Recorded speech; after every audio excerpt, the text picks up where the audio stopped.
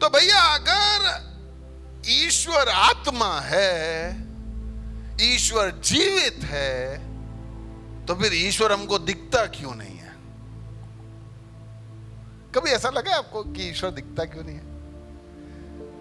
आपको क्या लगता है, ईश्वर दिखे तो बहुत आसान नहीं हो जाए विश्वास करना? विकास मेरे को बोल रहा है कि भैया अगर ईश्वर दिख जाए तो कितना मस्त हो जाए, नहीं? आके ऐसा बोले मैं ही ईश्वर हूं तो सब लोग विश्वास कर रहे। ईश्वर दिखता क्यों नहीं भैया? यह आत्मा का एक और गुण है कि वो अदृश्य होता है। आत्मा अदृश्य होता है।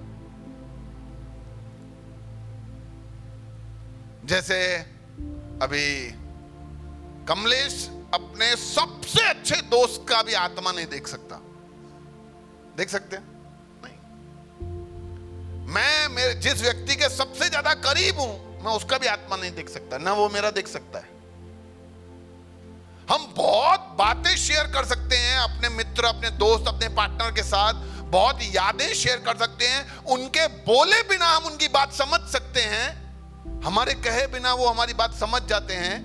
कभी कभी टेलीपैथी भी हो जाता है। ये नया नाम दिया है, टेलीपैथी। ये जब ईश्वर जोड़ता है और अनजान रहता है ना, मैं उसको टेलीपैथी बोलता हूं। कभी कभी नहीं देखा है कि आके हम बोलते हैं कि चलो घूमने चलें, बोलो अब भी ये मैं बोलने वाला था, ये जबान पे ही था मेरे। इतना अच्छा रिश्ता होने के बाद भी आप एक दूसरे का आत्मा नहीं देख सकते, क्योंकि आत्मा का एक खूबी है, खूबी नहीं एक गुण है कि वो अदृश्य होता है। और बाइबल बड़ी स्पष्टता से ये कह रहा है कि किसी मनुष्य ने ईश्वर को नहीं देखा। किसी मनुष्य ने ईश्वर को नहीं देखा। नहीं देख सकते हम।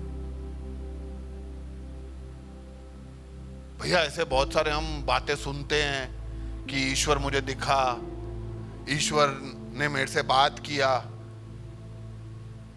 हां, बाइबल में भी कुछ घटनाएं हैं जहां पे ईश्वर उनको दिखा, ईश्वर ने बात किया। देखो, ईश्वर को हम उतना देख पाते हैं, उतना सुन पाते हैं, जितना वो अपने आप को जिस तरीके से प्रकट करता है, हम बस उतना ही देख पाते हैं। लेकिन ईश्वर को पूरा भरपूरी में, उसकी पवित्रताई में, उसके पूरे ऐश्वर्य में हम में से कोई नहीं देख सकता। हम खड़े नहीं रह सकते उसके आगे। वो इतना महान, इतना क्या क्या बोलूं, इतना इतना।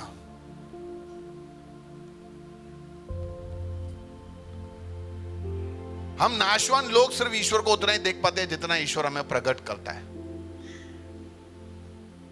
कुछ लोगों को ईश्वर दर्शन में बात करता है, कुछ लोगों को ईश्वर रोशनी में बात करता है, कुछ लोगों को ईश्वर सुनाई देता है, मुझे प्रभु ने अभी बोला है। तो बस उतना ही। ईश्वर कौन है मुझे पता चल गया कि ये ईश्वर है, ऐसा नहीं हो सकता है।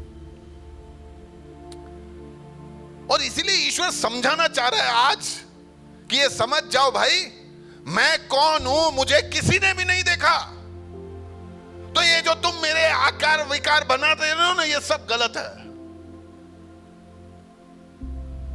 ये बना दिया है गोला करके, उसमें रोशनी आ रही है, बोला ये ईश्वर है। अरे कैसे? ये ईश्वर थोड़ी है।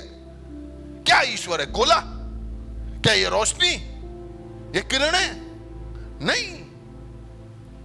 शायद कभी किसी ने अपने ईश्वर ने किसी को उस तरीके से समझाने के लिए वहां पे अपने आप को ऐसा प्रकट किया, तो मतलब वो नहीं है।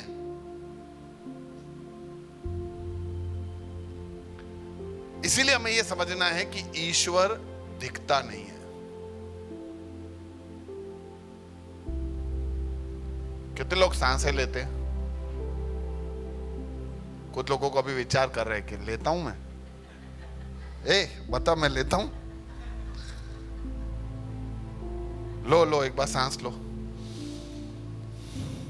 ऐसे यहां रख के लो, और नीचे मुंह, आंखें नीचे करके लो। देखो सांसें दिख रही है? नहीं दिखी?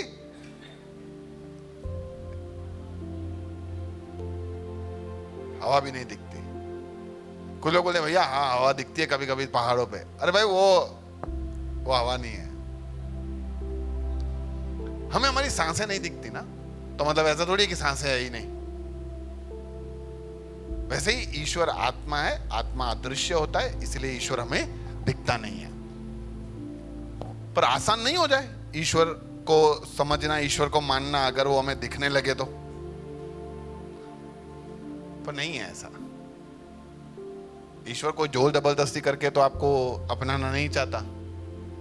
लोग बोलते हैं ईश्वर इधर आ जावे तो मैं मान जाऊंगा। अरे गिरीश भाई आप इतना बोलते हो तो बुलाओ ईश्वर को, इधर बुलाओ। अब भी मैं सब कुछ छोड़ के ईश्वर के पैरों पे गिर जाऊंगा। अरे भाई तुम्हारे पास ऑप्शन भी नहीं है इसके बाद। फिर ईश्वर आ गया उसके बाद भी तुम अभी नाटक थोड़ी करोगे कि नहीं नहीं। अरे वो ईश्वर है, वो टीवी वाला नहीं है जो लड्डू देने आया है।